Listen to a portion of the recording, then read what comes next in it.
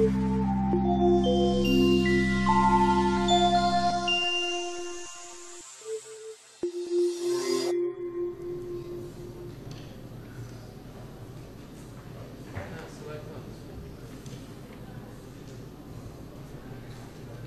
good afternoon.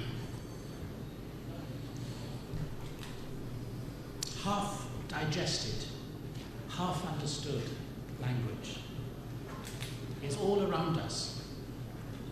Prompted by ambiguity, it creates confusion, applauds prejudice, and encourages partial knowledge,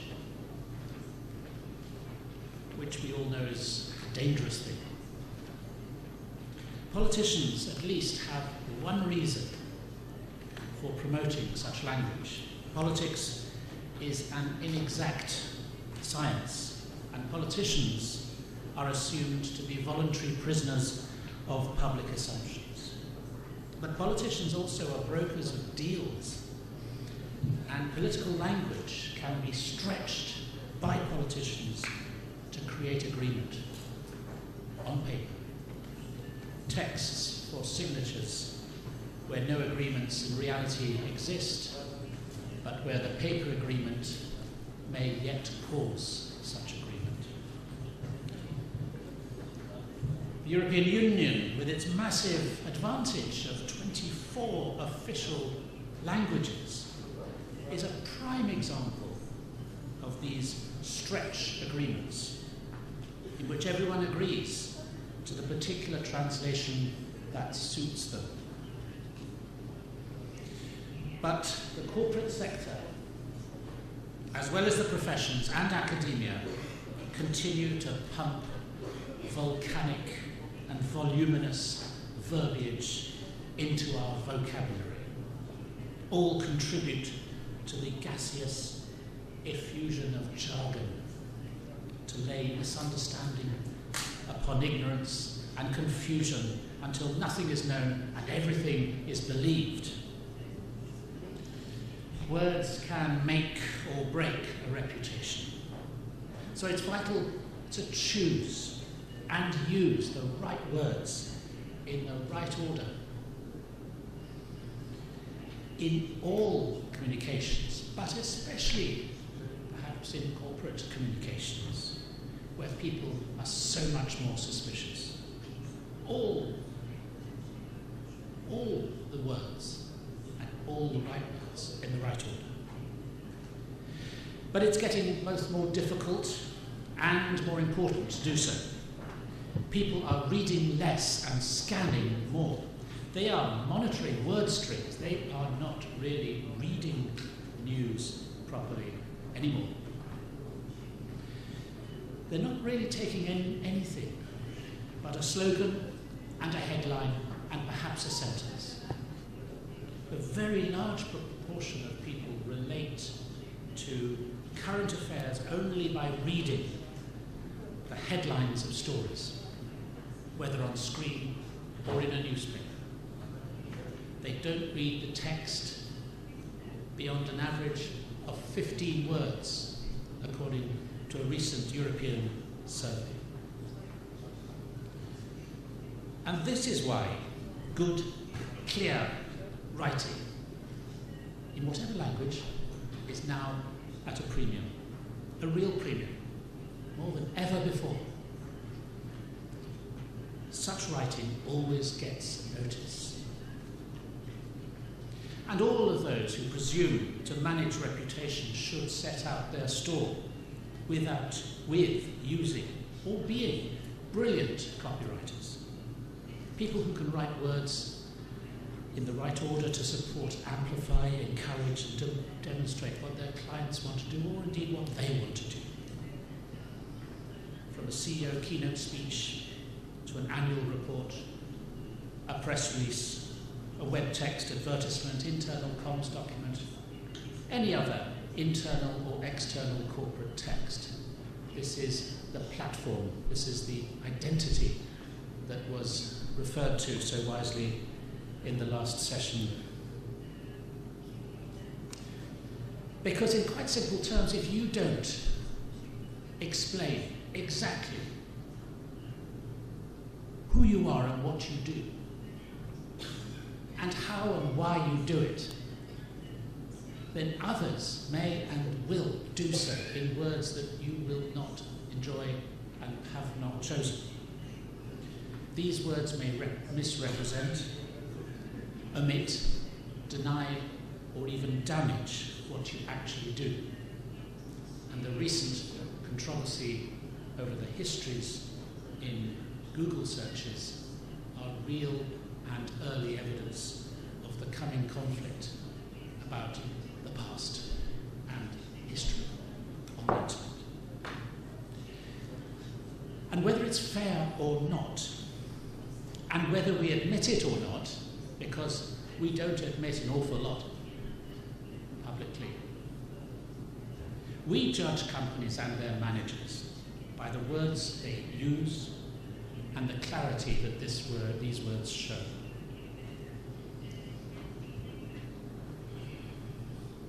The simplicity of some words can hide the complexity of their effect.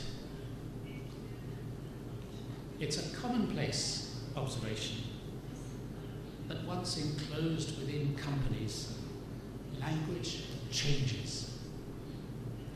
It changes to reflect the particularity of the company and its stakeholder environment. And this also goes for the company's sector and its stakeholder environment. Social intercourse becomes restrictive and exclusive, as it always does in clubs. Words attain new and separately understood meanings. Sometimes they even become codes, and passwords become ways to communicate. It's normal in a members-only club or a company, canteen, for an elite verbal environment to develop.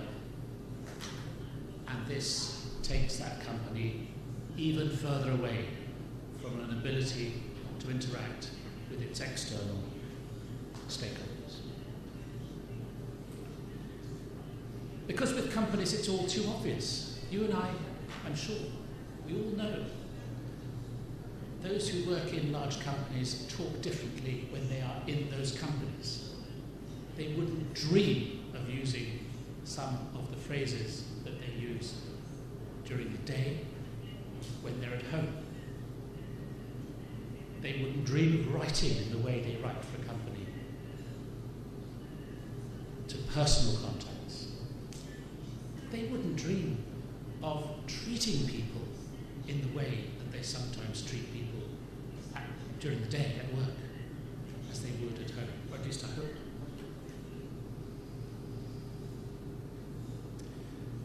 The private language of the rarefied, elitist, corporate world keeps trying to break through into the mainstream. Sometimes it manages. It's like a badly chained dog. But when it does, the narrative makes the company look ridiculous.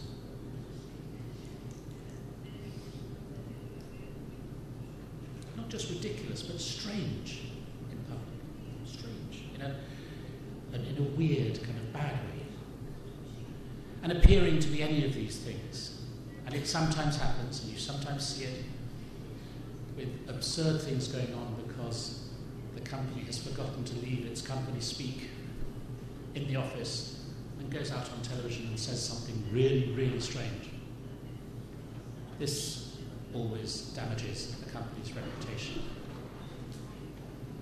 Companies must therefore consider and analyse the corporate narrative that they externalise. They have to be really careful. Careless talk, internal talk, rarefied talk, ambiguous talk, talking without listening. All these types of talk, which are almost common currency at work, damage reputations externally and ultimately internally, because many forget that to persuade you first have to listen, and that the most important part of communication is reception. And I'm indebted again to Mustafa in the last session for making this point already easy for me to come back to. The most important part of communication is reception, like on a radio set or a Wi-Fi network. It doesn't matter what you say, or even how you say it. If no one hears it distinctly, it doesn't exist. The platform is not there. The art of persuasion is not a solitary one. It needs subjects, audiences, and sensitivity. Some companies think that developing messages is the whole communication task. Companies spend hours, I have spent hours, on perfecting the purity and beauty of their messages and then forget that they haven't actually done the difficult bit. The board of directors have all gone home because they've decided what they want to say, and there's the press officer left wondering, who on earth should he or she send the text, however beautiful it is, to? Understanding how the messages are going to be received is more important than composing the messages in the first place. Because such communications pass through a deeply distorting lens, even if this is not obvious at the time. They go out of companies in press releases or website comments, good, clear, and straight, like an arrow. Pass through the lenses, and then suddenly and confusingly, like the lines on a swimming pool, the straight lines, the straight, clean lines become bent and misshapen. They refract as they pass through these formidable filters. The filters which change the message. And then when the intended audience at last sees or hears them, they are no longer clear. They have been altered not only by subjective perception, but also by intermediary refraction. Not just what people think of it, but the context and the environment, the timing in which they are heard. Companies that can use words clearly and well give themselves a huge advantage in their corporate communications and with their reputation. They are, quite simply, better understood by their stakeholders than those who do not. And if a company is not understood by its stakeholders, then that company is not going to last for very long. In 1897, Guillermo Marconi gathered some journalists together in Penarth, near Cardiff, in Wales. Despite his name, he was an Englishman, to hear the first live radio transmission. It was a momentous occasion. He put on headphones, sat down, journalists all around him, to send a message across the Bristol Channel for 22 miles to North Devon on the English coast, where his assistant George Kemp, who worked for the Royal Mail, was waiting. After much tension, Guillermo said loudly into a microphone, "Can you hear me?" There was a long silence interspersed with crackling and twiddling of knobs on the radio. Finally came the first radio response on record, a thin voice from the transmitter that could be heard clearly answering the question. "No, I can't." So, devote some time to the reception. Don't spend all your energy on the communication. Only then can we understand, truly understand, and appreciate ethical messages, anything more than the average. Because, as has previously been said, without that first light of understanding, you can't even begin to talk about standards or ethics or corporate responsibility. First of all, you must exist. To be understood is to have communicated well, clearly, and distinctly, to have been born. This is what helps to build and maintain a great reputation. Thank you.